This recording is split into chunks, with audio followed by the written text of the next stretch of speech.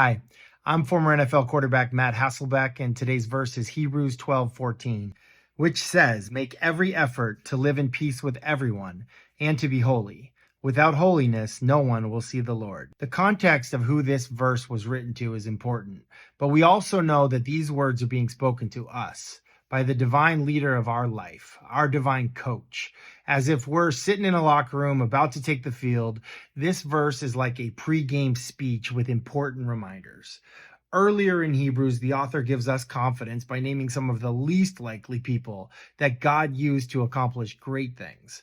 And for them, it came down to having faith in what they couldn't see while making themselves available for God to work through them. And that stance, to use a football term, is the posture that God wants us to have also.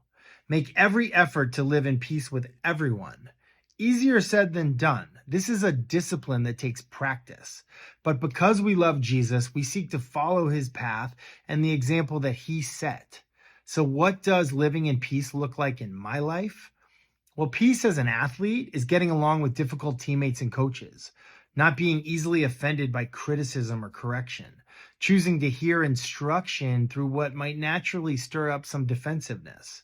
But the best way that I know of to live at peace with others is to be humble and to pray for those we think are our enemies. It goes on to say, and to be holy. Jesus calls us to be holy because he is holy. That is his standard. This isn't a suggestion. This isn't if I get around to it. This is a command. In fact, if we could only use one word to describe God, holy might be a good word to choose. Simple examples of holiness for us are things like guarding our tongue, kindness, humility, self-control. I pray that God's holiness would be evident. That aroma of Christ would be evident wherever we go. Hebrews 12:14 gives us the instructions. We know the game plan. It's time to get in the game, choose peace, and be holy.